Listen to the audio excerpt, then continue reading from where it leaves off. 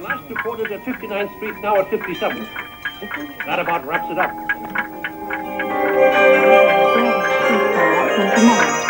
Or against togetherness. Afghanistan's President Najibullah has been in a Pakistan and India have signed an agreement in Islamabad not to attack each other's nuclear installations.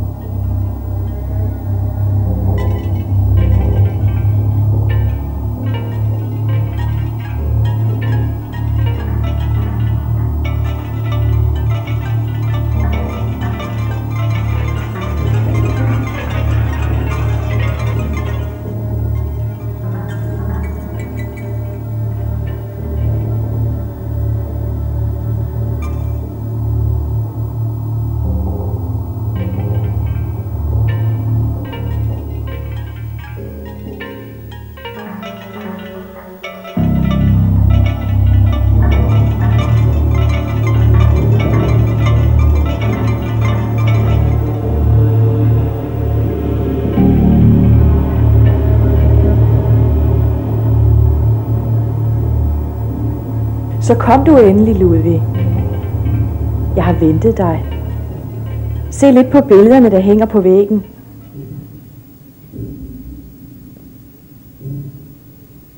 Du kan se, jeg har kigget lidt efter dig. Ja, det er dig, Ludvig. Sådan ser du ud, når du knæler.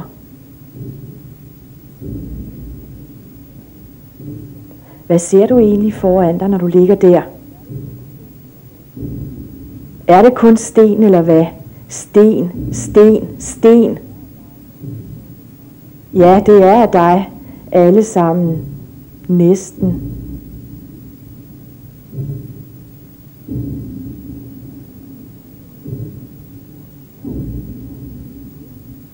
Du har også et billede med, ikke?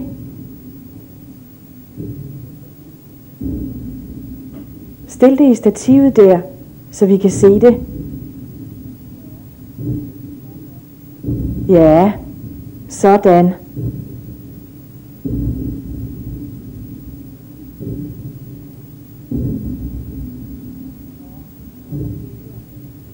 Nå, nok om billeder.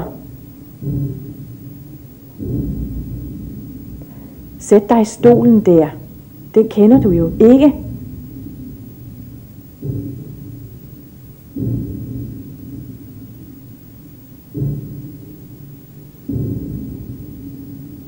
Du skal nemlig gøre noget for mig.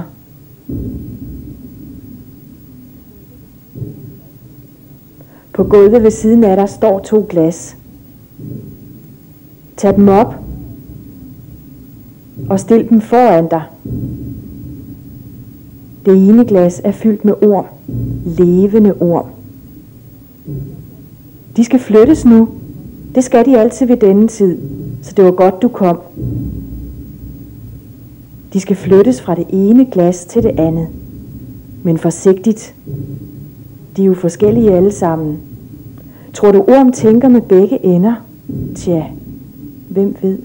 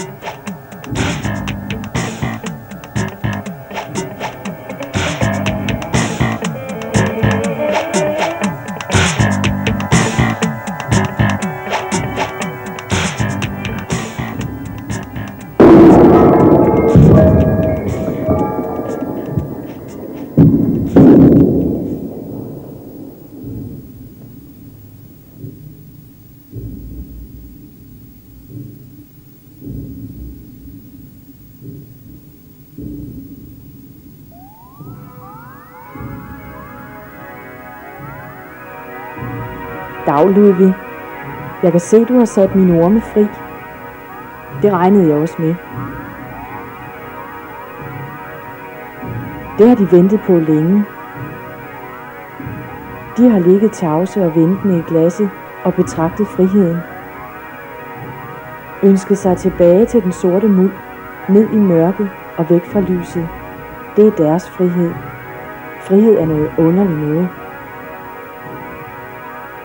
Se, først skal de skære sig i buen, på vej mod uvidsheden, mod drømmen. Hvad med dig, Ludvig? Hvad drømmer du om? Jeg ved ikke, hvad der sker med mig. Hvad med du? Hvorfor har du lukket mig hertil? Jeg ser hele tiden ting for mig. Jeg er bange. Rigtig bange. Jeg har vist glemt at være bange, tror jeg. Det er nok siden drømmen. Dengang. Hvad drømte du om, Ludvig? Det var, da jeg var lille. Jeg drømte, at jeg sad midt i en ørken. Jeg ved ikke, hvordan jeg var kommet der. Alt var stille. Helt stille.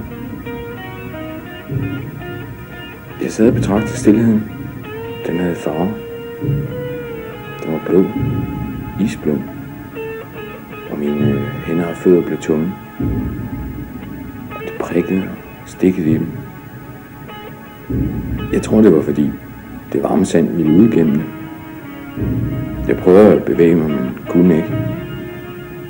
Og stilheden gjorde ondt i mine ører. Derfor prøvede jeg at undgå den ved at holde hænderne for ørerne. Men så blændede lyset mig, så mine øjne gjorde ondt og løb i vand. Jeg lukkede øjnene, men i det samme begyndte stilheden at larme i midten af mit hoved. Jeg bøjede hovedet og så på min krop. Men så hørte jeg 1000 stemmer, der grinede hånligt af mig. Og det hele blev værre, værre og værre. Og jeg vågnede, og det eneste jeg hørte, var vækkeurets tik-tak, tik-tak. Jeg var bange. Rigtig bange. Siden har jeg ikke drømt. Nu behøver du ikke være bange mere, Ludvig. Jeg er her, og det er du også. Se din hånd. Du bløder. Kom, nu vil jeg vise dig mere af fabrikken.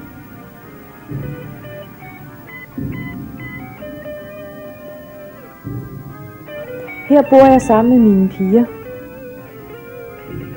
De har mad og drikke parat og venter os ved bordet. De glæder sig til at hilse på dig.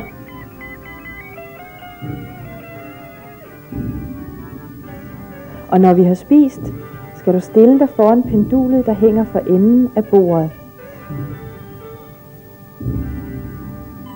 Luk øjnene et øjeblik, og du vil finde en ny vej ud.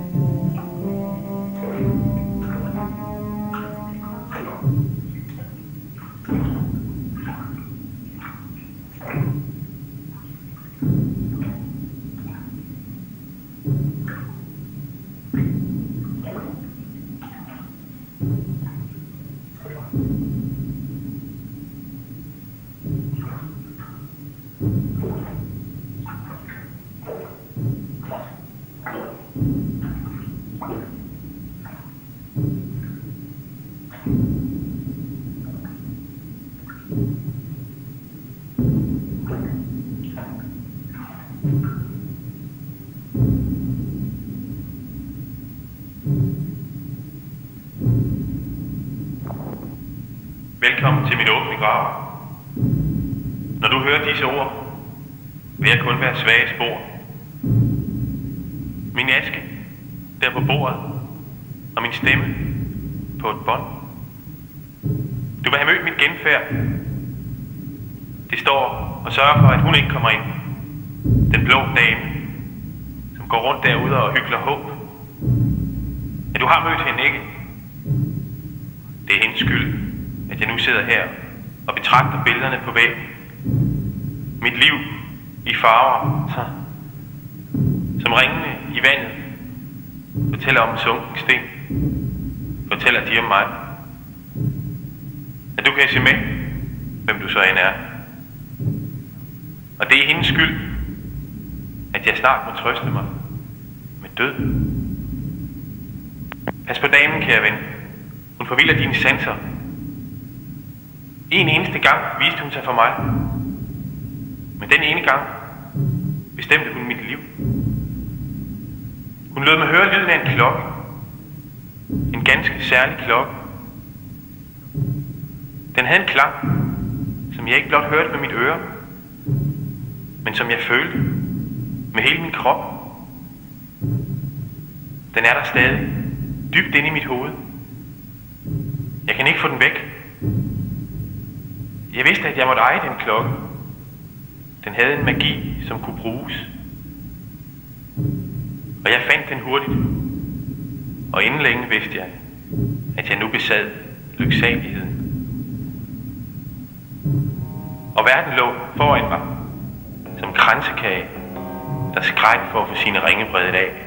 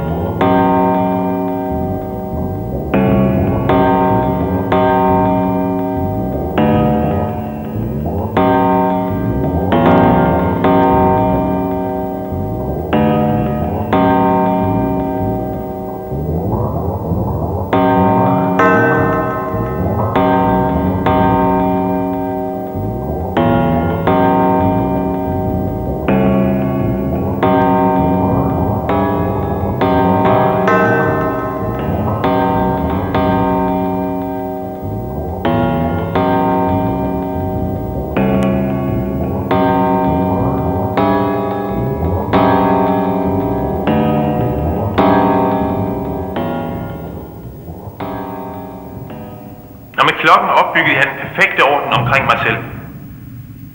Verden lå under mine såler. Den var altid taktfast og konstant. Som en vidunderlig maskine. Og hver morgen, inden solen viste sig på himlen, bad jeg nu en lille bøn for fremskridt. Og se, alt omkring mig var i evig blomst. Men langsomt indså jeg, at klokken blot forrådte mig. Verden var jo ikke andet end de tøjleløses paradis. Alt bevægede sig jo uden centrum, som planeter uden stjerner. Og uden centrum har en verden ingen mening.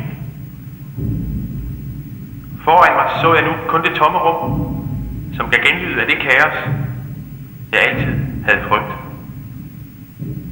Og kun angst havde jeg nu tilbage. Men langsomt fik vreden fat. Vreden over denne uorden. Og jeg vidste, at jeg gennem vreden igen kunne leve. Det blev mit lod og tugte verden. For den man elsker, tugter man i tide. Jeg måtte tvinge den fortabte sjæle tilbage mod den absolute orden. Og alle livets veje fører kun en os frem til orden. Dens navn er pligt. I pligten ligger livets alvor. Alting bevæger sig om pligten. Og nogle må tugte, andre må tugtes. Sådan skal det være til evig tid.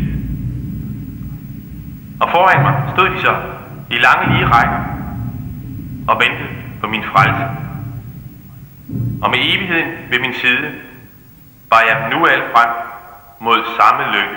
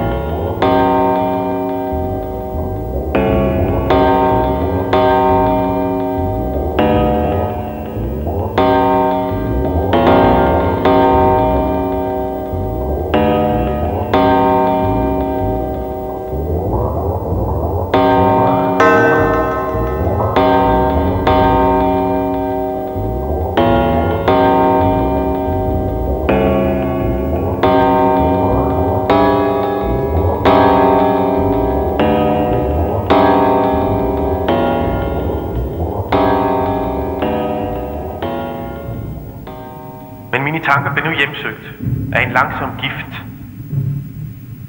Dens navn er tvivl. Som en stedig svulst viste den sig overalt.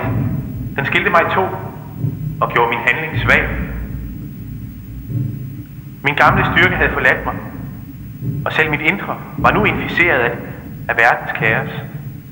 Jeg var fortabt blandt de fortabte, og jeg søgte hertil i sølet, hvor du nu står. Og det er damens skyld, med hendes feminine klokke. Det var den, der lagde det første spæde kim til tvivlen. Og nu er det slut. Det ved jeg. For nu har jeg drømt. Jeg drømte, at det var iskold nat.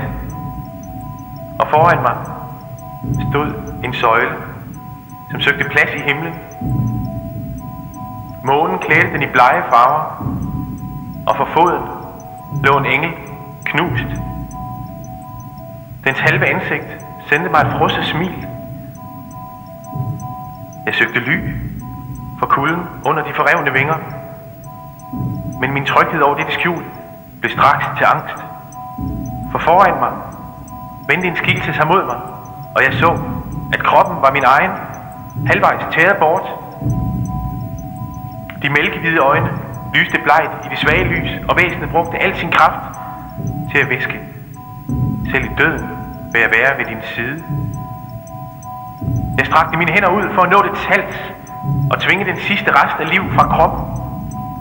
Men mine muskler havde ingen kraft. Og i stedet blev vi begge hvirvlet hastigt ned. Og i faldet så jeg kroppen foran mig. Og jeg vidste, at jeg aldrig ville nå den. Men jeg vidste også, at jeg alligevel måtte jage tværs igennem livet og ind i døden. Og nu er det slut. For jeg har drømt. Og hvad var livet, hvis ikke drømmen viste os en omvej frem til døden? Men gå nu bort fra dette sted. Jeg ved ikke, hvem du er. Og det er også lige meget, for et er sikkert. Enten er du tugter, eller også bliver du tugtet.